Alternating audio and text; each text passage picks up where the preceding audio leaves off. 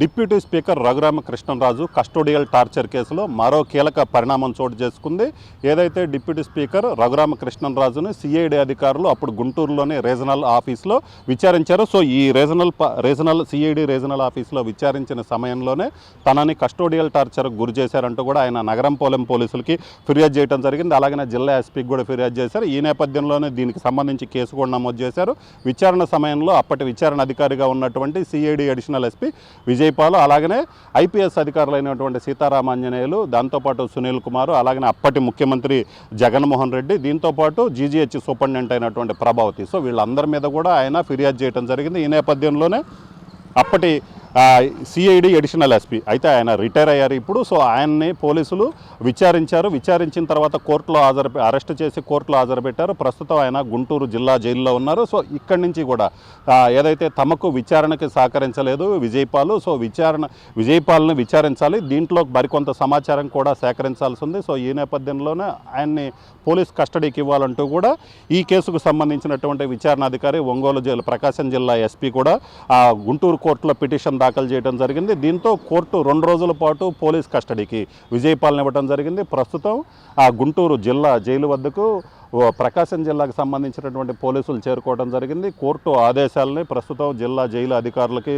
అందించారు. అలాగనే ప్రస్తుతం మనం విజువల్స్లో చూడొచ్చు, జిల్లా జైలు వద్ద భారీ స్థాయిలో ఆ పోలీసులు కూడా బందోబస్తు ఏర్పాటు చేశారు. మొత్తం మీద అయితే మాత్రం ఏదైతే రఘురామకృష్ణంరాజు కస్టోడియల్ టార్చర్ కేసులో కీలక పరిణామం. ఎందుకంటే అప్పటి విచారణాధికారిగా ఉన్నటువంటి విజయపాల్ని విచారిస్తే పూర్తి స్థాయిలో వాస్తవాలు బయటకు వస్తాయి. గతంలో విచారణకు సహకరించలేదు, సో ఇప్పుడు తమ కస్టడీకి ఇచ్చినట్లయితే అదనపు సమాచారం వచ్చే అవకాశం ఉందని కూడా సో కోర్టులో పిటిషన్ దాఖలు చేయడం జరిగింది. కోర్టు కూడా 2 రోజుల పాటు, ఈరోజు రేపు 2 రోజుల పాటు విచారణకు ఏదైతే కస్టోడియల్ విచారణ కేసుకు సంబంధించి కస్టోడియల్ టార్చర్కి సంబంధించి పోలీస్ కస్టడీకి కూడా ఇవ్వడం జరిగింది. సో ఈ నేపథ్యంలోనే ప్రకాశం జిల్లాకు సంబంధించినటువంటి పోలీసులు ఇక్కడికి చేరుకున్నారు.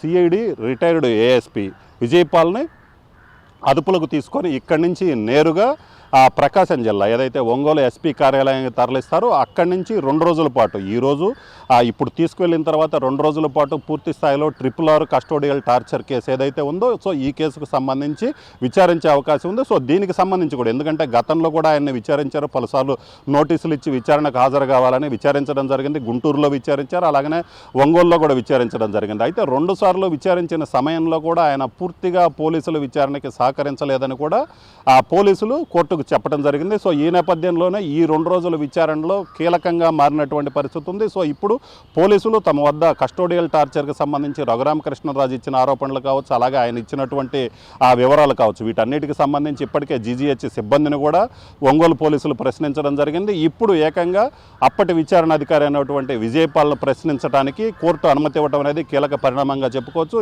ఈ 2 రోజుల విచారణలో కస్టోడియల్ టార్చర్కి సంబంధించి కీలకమైన అంశాలకి సంబంధించి విజయపాల్ని విచారించనున్నారు. సో ఇదనేది ఈ కస్టోడియల్ టార్చర్ కేసులో ఇప్పుడు కీలక పరిణామం. ఎందుకంటే ఈ 2 రోజుల పాటు విచారణలో ఏం చెబుతారు విజయపాల్ అనేది అయితే మాత్రం ఆసక్తికరంగా మారింది. మొత్తం మీద అయితే మాత్రం ఈ 2 రోజుల విచారణలో కస్టోడియల్ టార్చర్కి సంబంధించి కీలకమైనటువంటి ఆధారాలు ఏదైతే ఉన్నాయో వాటన్నిటినీ కూడా పోలీసులు తమ వద్ద ఉంచుకున్నారు. వాటి ప్రకారం విజయపాల్ని ప్రశ్నించే అవకాశం ఉంది. సో ఈ విచారణలో అయితే మాత్రం సో కస్టోడియల్ టార్చర్కి సంబంధించి కీలకమైనటువంటి వివరాలు సేకరించేందుకు ఇప్పటికే పోలీసు అధికారులు కూడా పూర్తి స్థాయిలో తమ వద్ద ఉన్నటువంటి అన్ని ఆధారాలతో విజయపాల్ని ప్రశ్నించనున్నారు. ఈ 2 రోజుల విచారణ తర్వాత మళ్ళీ తిరిగి విజయపాల్ని గుంటూరు జిల్లా జైలుకి తరలిస్తారు. కెమెరామెన్ సిద్ధుతో రామారావు, RTV, గుంటూరు జిల్లా జైలు నుంచి.